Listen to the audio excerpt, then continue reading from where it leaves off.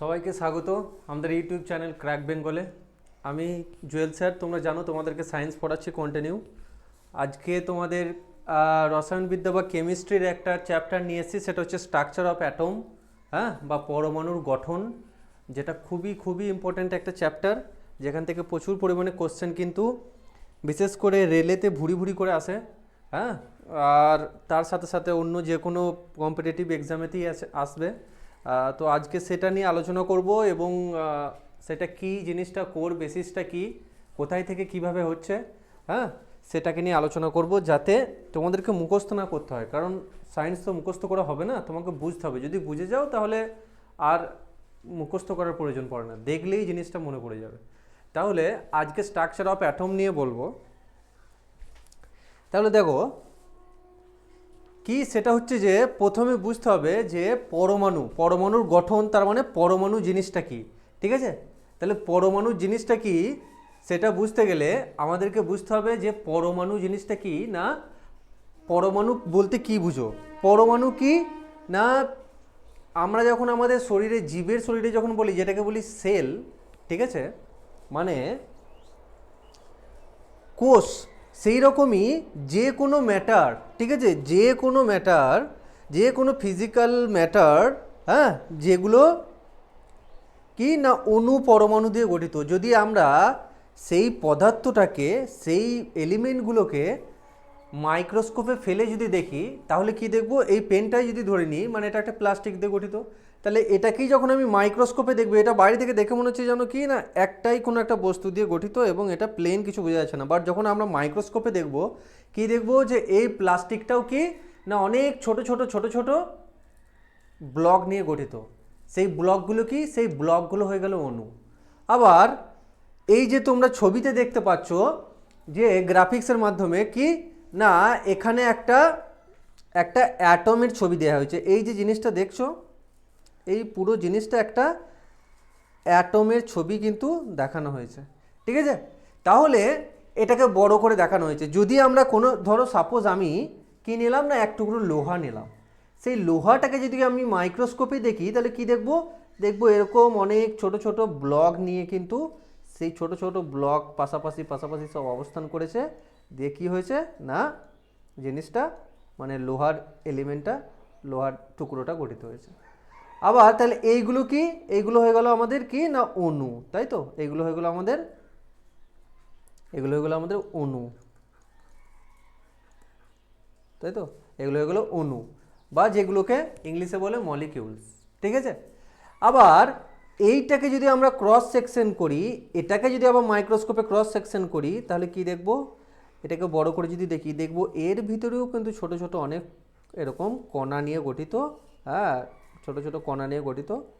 এই অণুটাও, মানে অণুর ভেতরে আরও ছোট ছোট কিছু কণা নিয়ে গঠিত। এগুলো আমরা সবাই ছোট থেকে পড়ে আসছি, আমরা জানি, হ্যাঁ, যে সেটাকে কি বলে? সেটা হলো অ্যাটম বা পরমাণু, তাই তো? অ্যাটম বা পরমাণু, এটা কি না পরমাণু, তাই তো?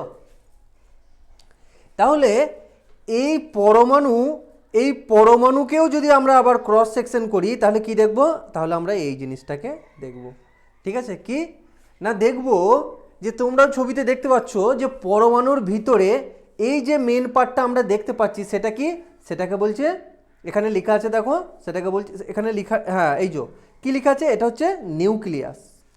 তাহলে নিউক্লিয়াস বলতে কি? নিউক্লিয়াস বলতে যেমন কোষের একটা নিউক্লিয়াস থাকে, তাই না, মাঝে যে অপেক্ষাকৃত ঘন অংশটা, সেই এই যে গোল দেখছো কালো বর্ডার দিয়ে আছে, এই গোল অংশটাকে কি বলা হচ্ছে? এই গোল অংশটাকে বলা হচ্ছে নিউক্লিয়াস। ওকে, নিউক্লিয়াস। তাহলে এই যে নিউক্লিয়াস, এই নিউক্লিয়াস জিনিসটা কে আবিষ্কার করলো না? বিজ্ঞানী রাদারফোর্ড, ঠিক আছে? বিজ্ঞানী রাদারফোর্ড কি বললো না, যে এর কেন্দ্রে, পরমাণুর কেন্দ্রে কি থাকে? নিউক্লিয়াস থাকে, হ্যাঁ, যেখানে সমস্ত ভর, ভালো করে বুঝে যাবে, পরমাণুর সমস্ত ভর কিন্তু এই নিউক্লিয়াসেই অবস্থিত, ঠিক আছে? পরমাণুর ভর কতটা হবে সেটা কিন্তু এই নিউক্লিয়াস নির্ধারণ করে। নিউক্লিয়াসই পরমাণুর সমস্ত ভর অবস্থিত। আচ্ছা, আর এই নিউক্লিয়াসের বাইরে কি আছে? নিউক্লিয়াসের বাইরে বিভিন্ন কক্ষপথ, এই যে হলুদ হলুদ যে জিনিসগুলো দেখছো, এগুলো হচ্ছে এক একটা কি, এক একটা কক্ষপথ, কক্ষপথের আরও ভাগ থাকে আবার, মানে সাবসেল আবার থাকে। তাহলে এইগুলো যে কক্ষপথ দেখছি, এই কক্ষপথে বিভিন্ন কক্ষপথে এক বা একাধিক ইলেকট্রন কি এই নিউক্লিয়াসকে কেন্দ্র করে যেমনভাবে অন্য গ্রহগুলো সূর্যকে কেন্দ্র করে কি করছে, তার আশেপাশে ঘুরছে, হ্যাঁ, একটা ইলিপ্টিক্যাল অরবিটে, সেই রকমই এই নিউক্লিয়াসকে কেন্দ্র করে ইলেকট্রনগুলি, এই পরমাণুরই ইলেকট্রনগুলি, এক বা একাধিক ইলেকট্রন কি করছে, প্রদক্ষিণ করছে বা ঘুরছে। ঠিক আছে, তাহলে এই যে এই হলুদগুলোকে আমরা কি বললাম, এগুলো হচ্ছে কক্ষপথ বা অরবিট। ঠিক আছে, আর এই জিনিসগুলোকে আমরা দেখছি, এগুলো কি, এগুলো এই যে লিখেছে দেখো, একটা দিয়েছে, সেটা হচ্ছে ইলেকট্রন। এগুলোকে কি বলা হয়, ইলেকট্রন। এই গ্রিন কালার দেখছো, নিউক্লিয়াসের ভেতরে কিন্তু আবার দু রকমের বস্তু থাকে। সেটা কি, নিউক্লিয়াসের ভেতরে থাকে হচ্ছে নিউট্রন, এই সবুজ অংশগুলোকে বলছে নিউট্রন, আর প্রোটন। ঠিক আছে, এই লাল অংশগুলো, লাল গোল যে পার্টিকেলগুলো, সেগুলোকে বলছে প্রোটন। তাহলে আমরা দেখলাম একটা পরমাণু তিনটে জিনিস নিয়ে গঠিত, ইলেকট্রন, নিউট্রন এবং প্রোটন। আবার প্রোটন ও নিউট্রন এরা একসঙ্গে মিলে নিউক্লিয়াস গঠন করে কেন্দ্রে অবস্থান করে পরমাণুর, এবং সেই নিউক্লিয়াসকে কেন্দ্র করে কেন্দ্র করে তার আশেপাশে ইলেকট্রনগুলি ঘুরতে থাকে। ওকে, তাহলে সোজাভাবে এটা হলো পরমাণুর মোটামুটিভাবে গঠন। এরপরে আরও এখন মডার্ন সায়েন্সে বলা হয় যে আরও কিছু পার্টিকেল থাকে এই নিউক্লিয়াসের ভেতরে। ঠিক আছে, সেই জিনিসগুলো মানে আরও যখন আরও রিসার্চ করা হয়েছে, সেগুলো থেকে জানা গিয়েছে যে নিউক্লিয়াসের ভেতরে আরও কিছু পার্টিকেল থাকে, হ্যাঁ, গড পার্টিকেল কি বোসন, এই সমস্ত বিভিন্ন পার্টিকেল বলা হয় যেন নিউক্লিয়াসের ভেতরে থাকে। ঠিক আছে, বাট নর্মাল মোদ্দা কথাই হচ্ছে যে নিউক্লিয়াসের ভেতরে থাকছে প্রোটন এবং নিউট্রন, যারা হচ্ছে পরমাণুর ভর নির্ধারণ করে। ঠিক আছে, যারা পরমাণুর ভর নির্ধারণ করে, আর তাকে কেন্দ্র করে ঘুরে হচ্ছে ইলেকট্রন। ঠিক আছে, যে যারা কি করে, ইলেকট্রন যারা কি করে ওই নিউক্লিয়াসকে কেন্দ্র করে ঘুরছে। এবার এখান থেকে বলি, এখান থেকে এই যে নিউট্রন দেখছো সবুজ, এর কিন্তু কোনো আধান বা চার্জ নেই, এর কোনো আধান বা চার্জ নেই, মানে এটা হচ্ছে নিউট্রাল। ঠিক আছে, এই নিউট্রাল কথাটা কিন্তু এই জন্যই এসছে। ঠিক আছে, কারণ নিউট্রাল মানে না নেগেটিভ না পজিটিভ। ঠিক আছে, আর এই প্রোটন দেখছো এ কিন্তু পজিটিভ আধানযুক্ত, আবার এই ইলেকট্রন দেখছো এ কিন্তু নেগেটিভ আধানযুক্ত, মানে তড়িৎ ঋণাত্মক, আর প্রোটন হচ্ছে তড়িৎ ধনাত্মক। ঠিক আছে, বোঝাতে পারলাম। এরপরে ব্যাপার হচ্ছে যে সাধারণ পরমাণুর, যেটার অস্তিত্ব আমরা সাধারণভাবে দেখছি, হ্যাঁ, যে কোনো রিয়াকশন করছে না, তার কিন্তু পরমাণুর মধ্যে ইলেকট্রন সংখ্যা এবং প্রোটন সংখ্যা দুটোই কিন্তু সমান। ওকে, ইলেকট্রন সংখ্যা এবং প্রোটন সংখ্যা কিন্তু সাধারণ এলিমেন্ট বা ম্যাটারের ক্ষেত্রে যে রিয়াকশন করছে না তার ক্ষেত্রে কিন্তু সমান। ওকে, কেন সমান না থাকলে তাহলে কি হয়ে যাবে, সেটা আয়নে পরিণত হয়ে যাবে। যদি ইলেকট্রন ও প্রোটন সংখ্যার নাম্বারটা যদি হেরফের হয়ে যায় বা সমান না থাকে, তাহলে কি হয়ে যাবে, সেটা আয়নে পরিণত হবে। ওকে, সেটা আয়নে পরিণত হবে, মানে তার চার্জ চলে আসবে সেই পরমাণুটা। নর্মাল ক্ষেত্রে কিন্তু যে কোনো রিয়াকশন করছে না সেই পরমাণুর কি চার্জে থাকে, পরমাণুর নিউট্রাল থাকে। নিউট্রাল থাকে বলেই কিন্তু আমরা তার অস্তিত্ব পাচ্ছি, মানে সে নর্মাল সাধারণভাবে আছে, সে স্টেবল হয়ে আছে। যখনই চার্জ চলে এলো তার মানে কি, সে আয়নে পরিণত হলো, হয় নেগেটিভলি চার্জ হলো পরমাণুটা বা পজিটিভলি চার্জ হলো, সেটা পরের বিষয়, পরে শেখাচ্ছি কিভাবে হচ্ছে, কেন হচ্ছে। কিন্তু কি হলো না, পরমাণু কিন্তু নিউট্রাল থাকছে, সেই জন্য সাধারণভাবে অস্তিত্ব বুঝতে পারছি। ঠিক আছে, তাহলে এই যে আমরা দেখলাম, এখান থেকে আমরা কি জানতে পারলাম, আচ্ছা, এখান থেকে আমরা জানতে পারলাম যে পরমাণুর কি থাকে, পরমাণুর কোনো চার্জ থাকছে না, সে নিউট্রাল হচ্ছে, কিন্তু সে আয়নে পরিণত হতে পারে, মানে সেটা হচ্ছে ইলেকট্রন সংখ্যা। ওকে, ইলেকট্রন সংখ্যা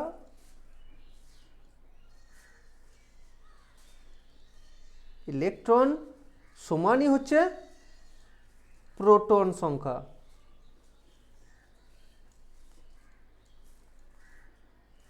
প্রোটন সংখ্যা এরই আর এক নাম হচ্ছে কি না, সেটা কি বলা হয়, পরমাণু ক্রমাঙ্ক। ঠিক আছে, পারমাণবিক ক্রমাঙ্ক বা অ্যাটমিক নাম্বার, ইংরেজিতে যাকে বলে অ্যাটমিক নাম্বার, তাকেই বলে পারমাণবিক ক্রমাঙ্ক।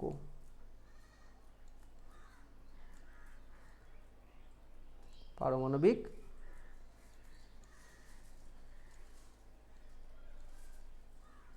পারমাণবিক ক্রমাঙ্ক। ঠিক আছে, একেই কিন্তু বলছে পারমাণবিক ক্রমাঙ্ক, মানে ইলেকট্রন সংখ্যা সমানই হচ্ছে প্রোটন সংখ্যা, সেটাকেই বলছে, যেই নাম্বারটা সেটাকে বলছে পারমাণবিক ক্রমাঙ্ক। ঠিক আছে, বা অ্যাটমিক নাম্বার। আর আর প্রোটন সংখ্যা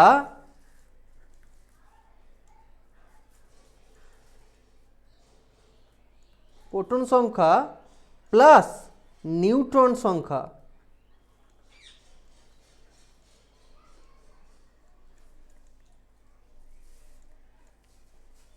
সেটাকেই আমরা কি বলছি, পারমাণবিক ভর সংখ্যা।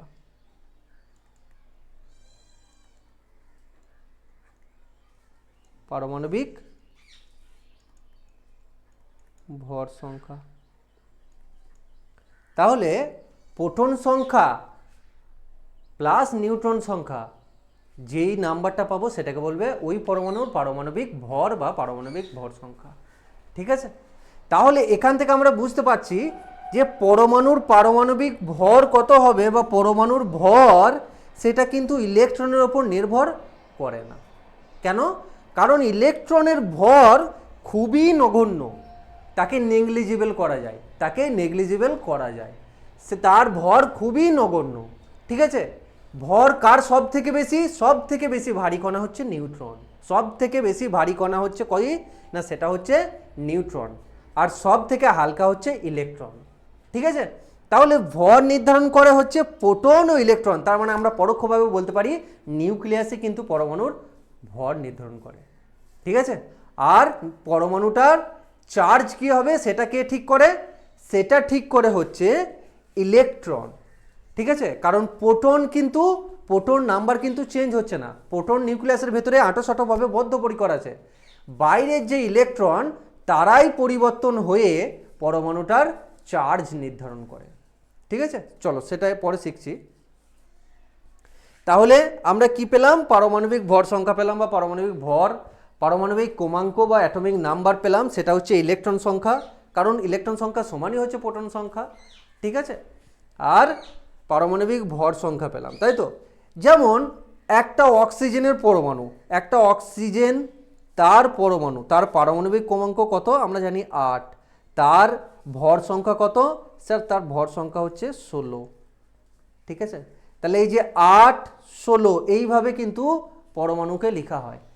কি তাহলে এই 8টা হচ্ছে অক্সিজেনের পারমাণবিক ক্রমাঙ্ক, তার মানেই বলতে পারি এই অক্সিজেনে 8টা ইলেকট্রন আছে, তাই তো বলতে পারি। আবার এটাও বলতে পারি 8টা ইলেকট্রন আছে মানে 8টা প্রোটন আছে, কারণ দুটোই সমান থাকে। আর এটা থেকে আমরা কি বলতে পারি যে স্যার এটা 8টা নিউট্রন আছে। নিউট্রন কটা আছে কি করে পেলাম? স্যার 8টা তো প্রোটন আছে, আর ভর সংখ্যা মানে আমরা জানি, পারমাণবিক ভর সংখ্যা মানে আমরা জানি প্রোটন সংখ্যা প্লাস নিউট্রন সংখ্যা। তাহলে প্রোটন সংখ্যা যদি 8টা হয়, হ্যাঁ, আর ভর সংখ্যা যদি 16টা হয়, আর এটা যদি 8টা হয়, তাহলে 8 প্লাস নিউট্রন সংখ্যা, 8 প্লাস নিউট্রন সংখ্যা, 8 প্লাস নিউট্রন সংখ্যা। তাহলে নিউট্রন সংখ্যা সমান কত হবে?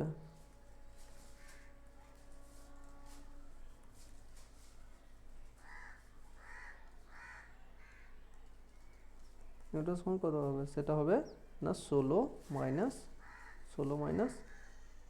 8, এটা কত হবে না 8। তাহলে এখান থেকে আমরা বলতে পারি যে এর নিউট্রন সংখ্যা 8, মানে 8টা নিউট্রন আছে, 8টা প্রোটন আছে, 8টা ইলেকট্রন আছে, তাই তো। ঠিক ঠিক আছে, তাহলে এবার একটা কথা বলি, দেখো পারমাণবিক অ্যাটমিক স্ট্রাকচার, প্রথম পারমাণবিক স্ট্রাকচারের যে তত্ত্ব, ঠিক আছে, যে কীরকম না কীভাবে একটা পরমাণু গঠিত, ঠিক আছে, সেই পারমাণবিক তত্ত্ব বা পারমাণবিক মডেল, সেই মডেলটা প্রথম আমাদেরকে কে দেয়? সেই মডেলটা আমরা কার কাছ থেকে জানতে পারি যে পরমাণু কিভাবে গঠিত এবং পরমাণুর কেমনভাবে ইলেকট্রন আছে, কেমনভাবে প্রোটন আছে, কেমনভাবে নিউট্রন আছে। এই যে প্রোটন, ইলেকট্রন, নিউট্রন, এগুলো কিন্তু আলাদা আলাদা বিজ্ঞানীরা বিভিন্ন সময়ে আবিষ্কার করেন। যেমন ইলেকট্রন প্রথম কোশ্চেনটা যেমন তোমরা দেখতে পাচ্ছ যে ইলেকট্রন আবিষ্কারক কে বা ইলেকট্রন কে আবিষ্কার করেন।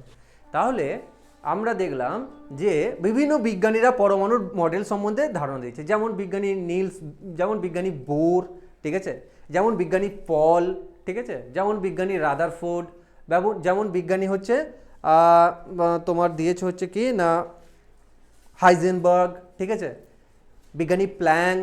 হ্যাঁ, তাহলে বিভিন্ন বিজ্ঞানীরা অ্যাটমিক স্ট্রাকচার সম্বন্ধে তাদের রিসার্চের মাধ্যমে আমাদেরকে জানিয়েছে, ঠিক আছে। সেরকমই একজন হলো কে না ইলেকট্রনের আবিষ্কারকর্তা, যেটা হচ্ছে বিজ্ঞানী জে জে থমসন। এই যে বিজ্ঞানী জে জে থমসন, ইনি কি করলেন? ইনি প্রথম ইলেকট্রনের আবিষ্কারক বা ইলেকট্রন, যে পরমাণুর ইলেকট্রন আছে কক্ষপথে ঘুরে, এই ইলেকট্রনকে আবিষ্কার করেন এবং তার ধারণা দেন। তাহলে কে? সেটা হচ্ছে বিজ্ঞানী জে জে থমসন, ঠিক আছে। রাদারফোর্ড কি করেন? রাদারফোর্ড কি বললাম? রাদারফোর্ড ওই যে নিউক্লিয়াস, ওই নিউক্লিয়াসকে কিন্তু বিজ্ঞানী রাদারফোর্ড আবিষ্কার করেন। বিজ্ঞানী রাদারফোর্ড কিন্তু নিউক্লিয়াসকে আবিষ্কার করেন। আর প্রথম কোন বিজ্ঞানী বলল যে পরমাণু, এই যে পরমাণুর ধারণা, ঠিক আছে, যে একটা পরমাণু মানে এরকম যে অণুর ভিতরে ছোট ছোট নিয়ে গঠিত পরমাণু, ঠিক আছে, পার্টিকেল, সেই পরমাণুর ভিতরে এরকম এরকম আছে। তাহলে এই যে ধারণাটা প্রথম দিল, সেই বিজ্ঞানীর নাম হচ্ছে বিজ্ঞানী জন ডাল্টন। তাহলে প্রথম যদি বলে পারমাণবিক তত্ত্বের ধারণা প্রথম কে দেন, সেটা হচ্ছে আধুনিক বিজ্ঞানে, সেটা হচ্ছে বিজ্ঞানী জন ডাল্টন। কে দেন? বিজ্ঞানী জন ডাল্টন। এই জন্য এর নাম অনুসারে কি বলা হয়? এর নাম অনুসারে বলা হয় ডাল্টনের পরমাণুবাদ। এর নাম অনুসারে বলা হয় ডাল্টনের পরমাণুবাদ। বিজ্ঞানী জন ডাল্টন প্রথম কিন্তু আবিষ্কার করেন এবং পরমাণুর যে ধারণা, সেই ধারণা দেন। তিনি তথ্য দেন কিছু, সেটা হচ্ছে কি বলে দিই, তোমরা নোট করে নাও। সেটা হচ্ছে যে তিনি বলেন পরমাণু হচ্ছে পদার্থের অতি ক্ষুদ্র ক্ষুদ্র কণা, যারা কি করে? যারা পারমাণবিক বিক্রিয়ায় অংশগ্রহণ করে, অবশ্যই পারমাণবিক বিক্রিয়ায় অংশগ্রহণ করে। আবার তিনি বললেন যে তারা স্বাধীনভাবে থাকতে পারে, ঠিক আছে, তারা স্বাধীনভাবে থাকতে পারে, ঠিক আছে। আর তারা পারমাণবিক বিক্রিয়ায় অংশগ্রহণ করে, তারা হচ্ছে ক্ষুদ্র কণা। এবং তিনি বললেন যে পরমাণুগুলি স্বাধীনভাবে থাকতে পারে, ঠিক আছে। তিনি এই পারমাণবিক তত্ত্ব বা পরমাণুর মডেল দিলেন, ঠিক আছে।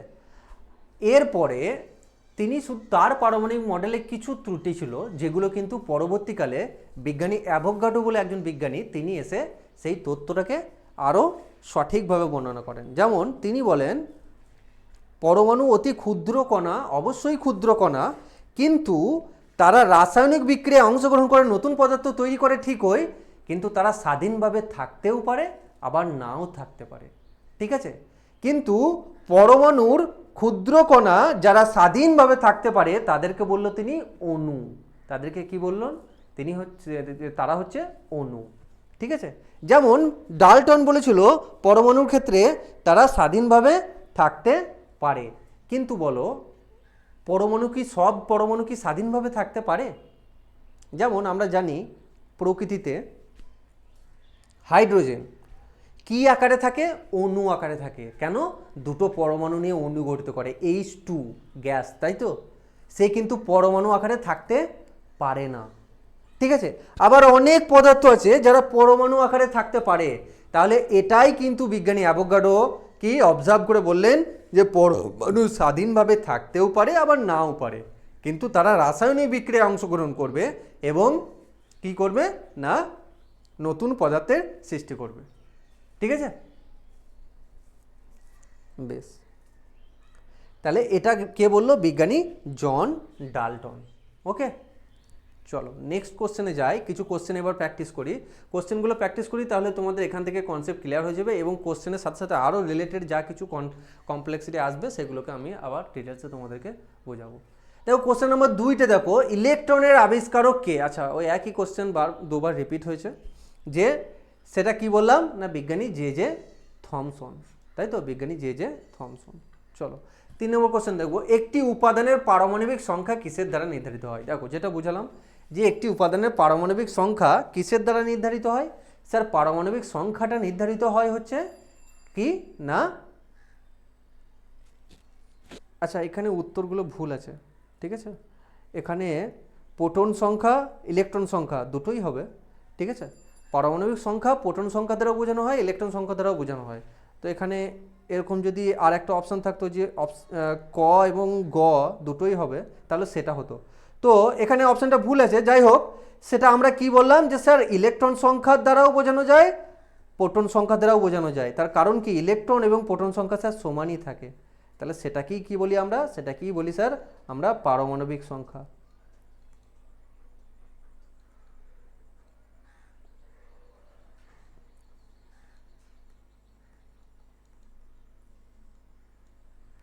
ওকে, চলো নেক্সট কোশ্চেনে যাব। একটি প্রোটনের ভর কত? আচ্ছা দেখো, একটি প্রোটনের ভর কত? একটি প্রোটনের ভর হচ্ছে যে 1.67 ইন্টু 10⁻⁻27 কেজি। এটা যদি গ্রামে হয় কি হবে? 1.67 ইন্টু 10⁻⁻24 গ্রাম। ওকে, এটা হলো একটা প্রোটনের ভর। চলো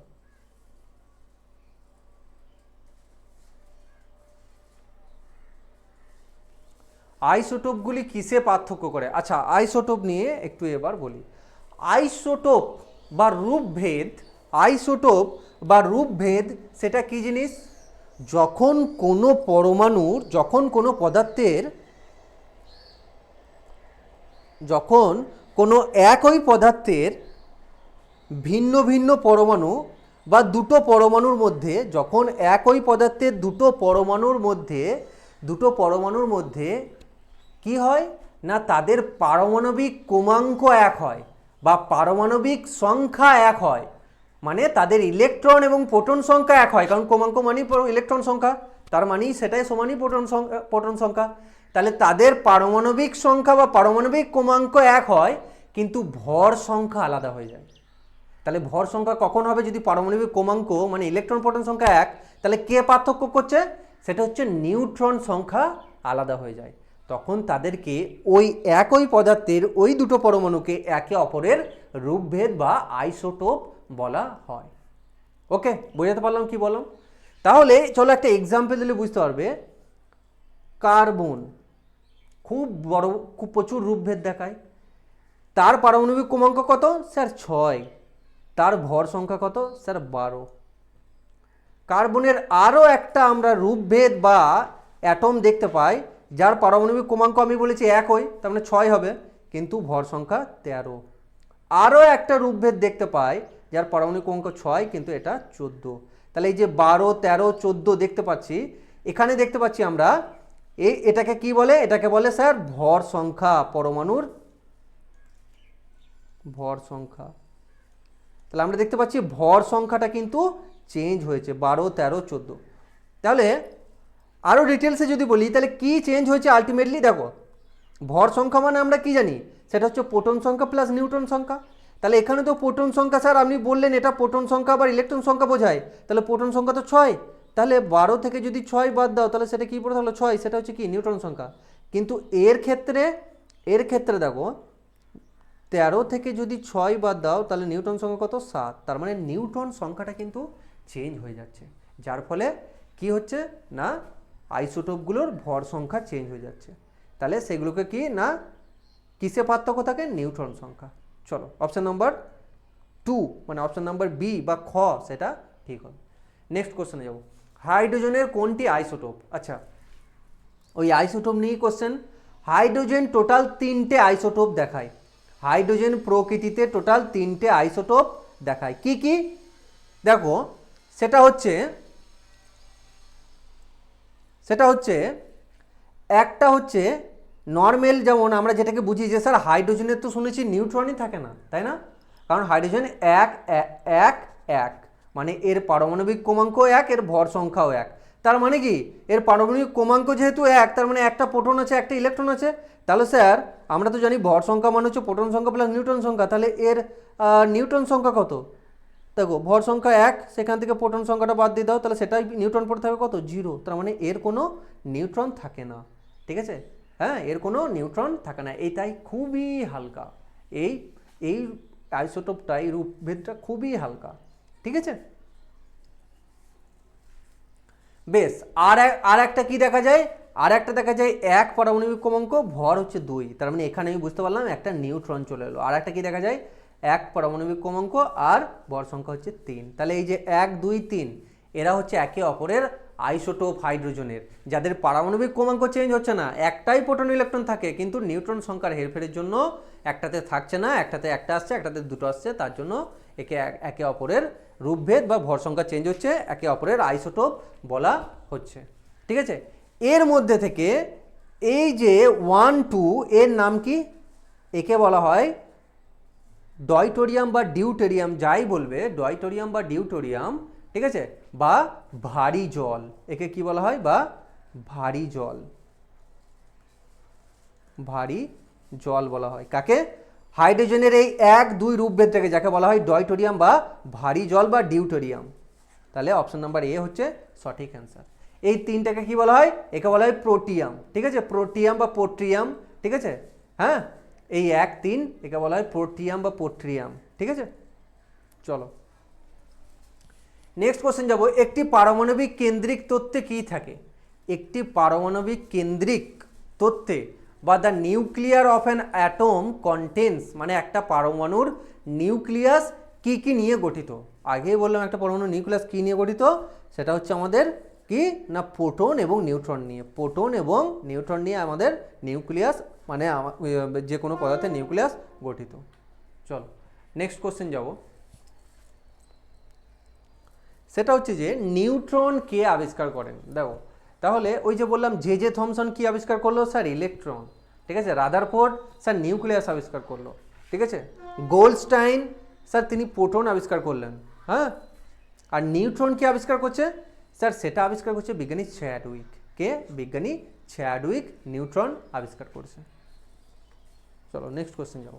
দ্বিতীয় সেলের সর্বাধিক সংখ্যা কত? আচ্ছা, সেল ব্যাপারটা নিয়ে এবার বলি।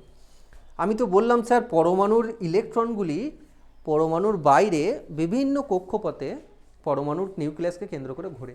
তাহলে কারোর ধরো সাপোজ আমি একটা নিচে কার্বনের তো বললাম না তোমাদেরকে, বেশ কার্বনের কি পারমাণবিক ক্রমাঙ্ক কত বললাম? স্যার কার্বনের পারমাণবিক ক্রমাঙ্ক 6 বললেন তো আপনি। হ্যাঁ, তার মানে 6টা ইলেকট্রন আছে, তাই তো? 6টা প্রোটন আছে। তাহলে এটা কিভাবে কোনখানে কোনটা কতগুলো থাকবে? কারণ এটা যদি নিউক্লিয়াস হয় তাকে কেন্দ্র করে কিন্তু তাকে কেন্দ্র করে ইলেকট্রনগুলি কিন্তু এইভাবে ঘুরছে, যদিও গোল আকারে ঘুরে না, আমি জাস্ট বোঝাবার জন্য তোমাদেরকে বলছি। ঠিক আছে, বিভিন্ন শেপেতে কিন্তু এই অরবিটগুলো হয়। বিভিন্ন অরবিট, যেমনভাবে গ্রহগুলো সূর্যকে প্রদক্ষিণ করছে বিভিন্ন অরবিটে, সেইভাবেই কিন্তু প্রদক্ষিণ করছে। তাহলে বিভিন্ন কক্ষপথ থাকতে পারে, কিন্তু কার্বনের ক্ষেত্রে সেটা কি? এটা যদি নিউক্লিয়াস হয় তাহলে এইগুলো এক একটা হচ্ছে কি? এক একটা হচ্ছে অরবিট বা কক্ষপথ। বুঝতে পারলাম? তাহলে এর 6টা, স্যার 6টা কি এই এক জায়গাতেই থেকে যাবে? না স্যার, এগুলো কিন্তু কোন কক্ষপথে কতগুলো থাকবে তার জন্য অনেক রিসার্চ হয়েছে, এবং তার জন্য পুরো ডিটেলসে একবারে তোমার প্রমাণ আছে যে কোন কক্ষপথে কতগুলো থাকবে। ঠিক আছে, সেটা হচ্ছে নিয়ম হচ্ছে যে সাধারণ অর্থে যদি তোমাদেরকে বলি, সাধারণ ব্যাপারে যদি তোমাদেরকে বলি, আচ্ছা চলো সাধারণ ব্যাপারটা যেটা তোমরা 9-10-এ পড়েছো সেটাকে আগে বলে দিই, ঠিক আছে? তারপরে ডিটেলসে আরও ভিতরে যারা 11-12 সায়েন্স নিয়ে পড়েছো, যাদের কেমিস্ট্রি ছিল, তারা নিশ্চয়ই ওই জিনিসটার সাথে রিলেট করতে পারবে যে ডিটেলসে যখন বলবো। আচ্ছা 9-10-এ যেটা পড়েছি আমরা কি স্যার, এই কক্ষপথগুলো আমরা কে, ঠিক আছে, এন, পি এই সংখ্যা দিয়ে, এই কি না লেটার দিয়ে বোঝায়। এই ফার্স্ট কক্ষপথটাকে আমরা কি বলি, এর নাম দিয়েছি স্যার ফার্স্ট কক্ষপথটাকে কে, স্যার দ্বিতীয় কক্ষপথটাকে নাম দিয়েছি আমরা এন, স্যার তৃতীয় কক্ষপথটাকে নাম দিয়েছি আমরা পি, এভাবে পরপর নাম দেওয়া হয়েছে, ঠিক আছে? তাহলে 9-10-এর যে আমরা পড়েছি রুলস, সেটা হচ্ছে কোন কক্ষপথে কতগুলো থাকবে তার থিওরি হচ্ছে কি না, তার থিওরি হচ্ছে 2 × n তার স্কোয়ার, 2 × n তার স্কোয়ার। এই সূত্র অনুযায়ী, এই থিওরির উপরে বেস করে কোন কক্ষপথে কতগুলো ইলেকট্রন থাকবে। এবার কে, এন মানে কি, হোয়াট ইজ এন? এন মানে হচ্ছে কক্ষপথের সংখ্যা বা কক্ষপথের নাম্বার, কক্ষপথের সংখ্যা, কক্ষপথের আর কি নাম্বার, ক্রমিক অনুযায়ী নাম্বার। মানে কে দেখো প্রথম কক্ষপথ, কে দেখো প্রথম কক্ষপথ, কে কি, তাহলে কে এর এন, সরি দাঁড়াও এখানটা তোমরা দেখতে পাবে না,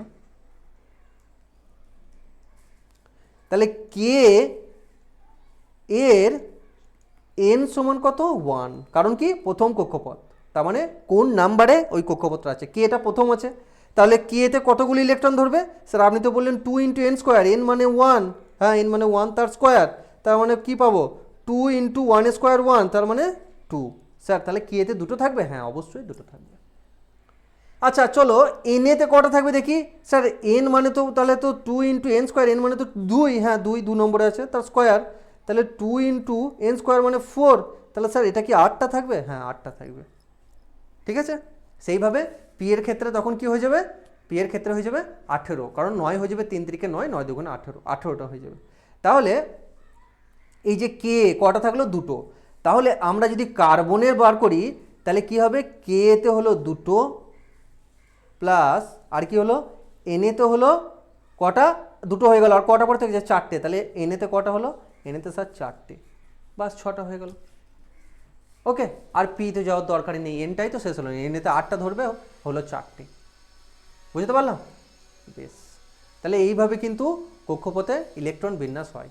তাহলে দ্বিতীয় সেলের সর্বাধিক সংখ্যা কত হবে স্যার, দ্বিতীয় সেল মানে এন, এনের সর্বাধিক সংখ্যা কত হতে পারে, যতটা ম্যাক্সিমাম কতটা ধরবে 8টা, তাহলে অপশন নাম্বার বি 8টা। চলো নেক্সট কোশ্চেন যাই। রাদারফোর্ডের পরমাণু মডেলকে কি বলা হয়, দেখেছো? রাদারফোর্ড বিজ্ঞানী রাদারফোর্ড, তিনি একটা পরমাণু মডেল দেন, ঠিক আছে, পরমাণুর মডেল আবিষ্কার করেন, হ্যাঁ ওই ক্যাথোড রে মডেল বলা হয়। ক্যাথোড রে সেখান থেকে ছেড়ে একটা বদ্ধ একটা মানে ভ্যাকিউম তৈরি করে, কাঁচের একটা মডেল তৈরি করে, সেখানে ক্যাথোড রের বিশ্লেষণের মাধ্যমে তিনি আবিষ্কার করেন নিউক্লিয়াসের গঠন, যে পরমাণুর কেন্দ্রে কিছু একটা সলিড এবং ভারী জিনিস আছে, যেখানে ক্যাথোড রেটা ধাক্কা খাওয়ার পর সেখান থেকে কিছু কি না কিছু ক্যাথোড কণা তোমার কি হচ্ছে, ফিরে আসছে, রিফ্লেকশন হচ্ছে। তার ফলে তিনি আবিষ্কার করেন যে ওখানে একটা কেন্দ্রে ঘন একটা বস্তু আছে, যেটা বলছে নিউক্লিয়াস। তিনি নিউক্লিয়াস এইভাবে আবিষ্কার করেন। তাহলে ওই যে মডেলটা, সেই রাদারফোর্ডের পরমাণু মডেলকে কি বলা হয়, বলা হয় সৌরজগৎ মডেল। কারণ দেখতে অনেকটা দেখো অনেকটা সৌরজগতের সাথে মিল আছে না, কেন্দ্রে সূর্য, তার আশেপাশে গ্রহগুলো তাকে কেন্দ্র করে ঘুরছে, ঠিক মাঝখানে নিউক্লিয়াস, তাকে কেন্দ্র করে ইলেকট্রনগুলো ঘুরছে, তাইকে বলা হয় সৌরজগতের মডেল। ঠিক আছে, চলো আজকের ক্লাস এই পর্যন্তই থাকলো। পরবর্তী ক্লাস নিয়ে এর সঙ্গে আরও রিলেটেড নিয়ে তোমাদেরকে আরও কোশ্চেন দেবো, এবং তোমরা সাথে থাকো, চ্যানেলটাকে সাবস্ক্রাইব করো, হ্যাঁ কন্টিনিউ থাকো। তোমাদেরকে পরমাণু স্ট্রাকচার নিয়ে আরও আমি যেগুলো পড়ার মতো ইম্পর্টেন্ট কোশ্চেন নিয়ে আসবো, এবং তার সঙ্গে আরও জটিল থেকে জটিল যাব। এখন যেহেতু প্রথম দিন ক্লাস করলাম, তখন কিছু কিছু সহজ দিলাম, এরপর আরও জটিলের দিকে যাব, তখন তোমাদেরকে আরও বোঝাবো। চলো আসছি, টাটা বাই।